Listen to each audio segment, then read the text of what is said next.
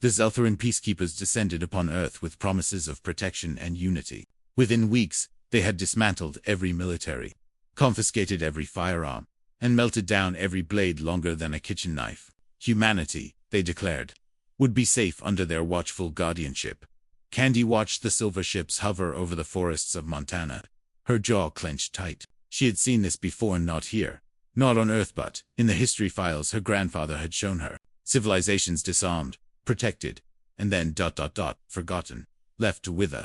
"They're saying it's for our own good," Harrison muttered beside her, his eyes tracking the patrols that marched through their small town. He was tall, broad-shouldered, with hands that knew how to work wood and metal. A builder by trade, a fighter by necessity.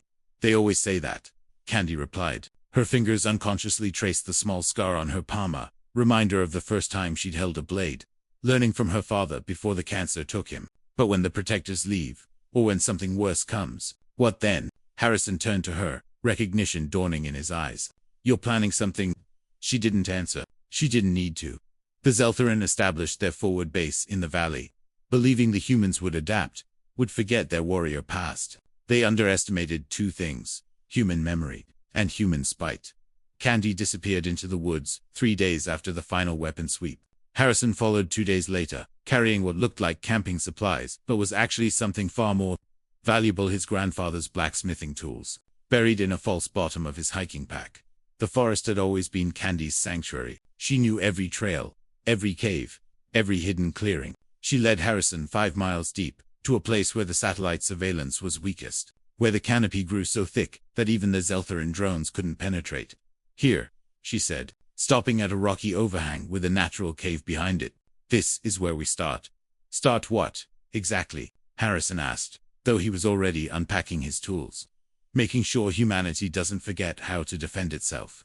The first knife took Harrison 3 days to forge. He used a broken-down leaf spring from an abandoned car, heated in a makeshift furnace built from river stones and fed by carefully selected hardwood. Candy worked beside him, her hands blistered but steady, learning every step.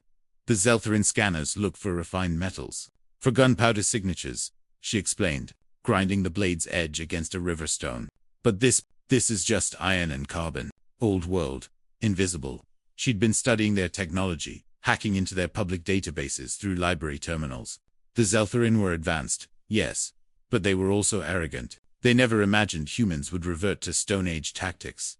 The first bow came next. Candy carved it from a seasoned yew tree, its wood aged and flexible. She'd been an archery champion in college, before the Zeltharan came, before the world changed. Harrison helped her craft the arrow-straight shafts of cedar, fletchings from wild turkey feathers, tips hardened in fire. 70-pound draw, she said, testing the string. Effective range, 80 yards, silent, undetectable. Harrison whistled low. "You're building an arsenal." "No," Candy corrected, her eyes hard. "We're building a resistance." Word spread quietly through the mountain communities. Hunters, survivalists, veterans who chafed under Zeltharan rule. They came in ones and twos, following rumors of the woman in the woods who remembered how to fight. Candy trained them in the old ways: tracking, trapping, ambush tactics. She taught them how to move through the forest without sound, how to read the land, how to turn nature itself into a weapon. Harrison became their armorer, teaching others the forge work, multiplying their capabilities. Within 3 months, they had 24 fighters. Within 6, that number doubled. The kill zone was Candy's masterpiece. She selected a narrow valley approach to their camp, the only route the Zeltharan could use if they discovered their location. Over weeks, she transformed it into a nightmare.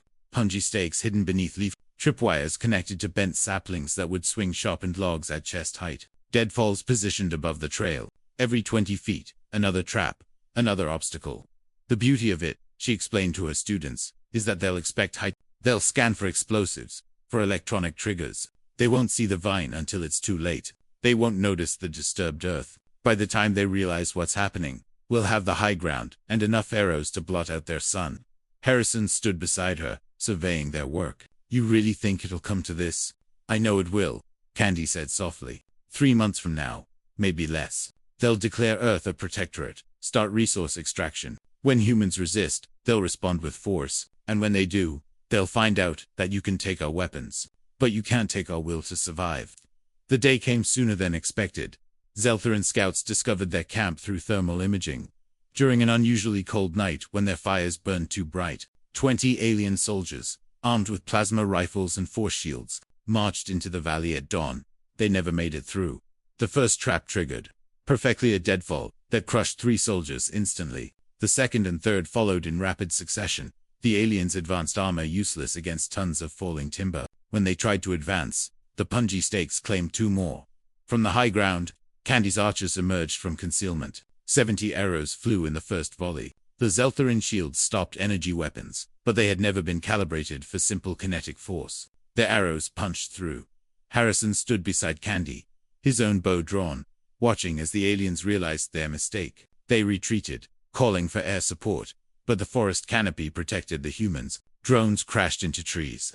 Hover vehicles couldn't navigate the dense undergrowth.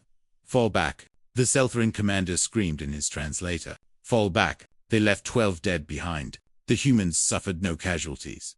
The footage spread across Earth's underground networks within hours. Humans had fought back. Humans had won. With nothing but wood, stone, and iron. They had defeated an advanced alien force. The Zeltharan government issued stern warnings, but they also quietly withdrew from the most rural areas. They hadn't anticipated this, hadn't prepared for an enemy that fought like their ancestors, that rejected modernity as a weapon itself. In the Montana woods, Candy stood before her growing army, now numbering in the hundreds. People came from across the continent, wanting to learn, wanting to remember what it meant to be human warriors. "They thought they could make us helpless," she said, her voice carrying through the clearing. "They thought without our technology, we'd be nothing. But we are the species that survived ice ages with stone tools. We are the descendants of people who crossed oceans in wooden boats. We are humanity, and we do not break." Harrison stepped forward, handing her a new blade perfectly balanced, inscribed with a single word: "Remember." "So what now?" someone called from the crowd. Candy smiled, fierce and uncompromising. "Now we teach the galaxy what humans do best. We adapt, we survive, and we fight like hell." The cheers echoed through the forest, a sound that carried on the winded declaration that Earth was not conquered, would never be conquered, as long as even one human remembered how to sharpen a stone into a blade.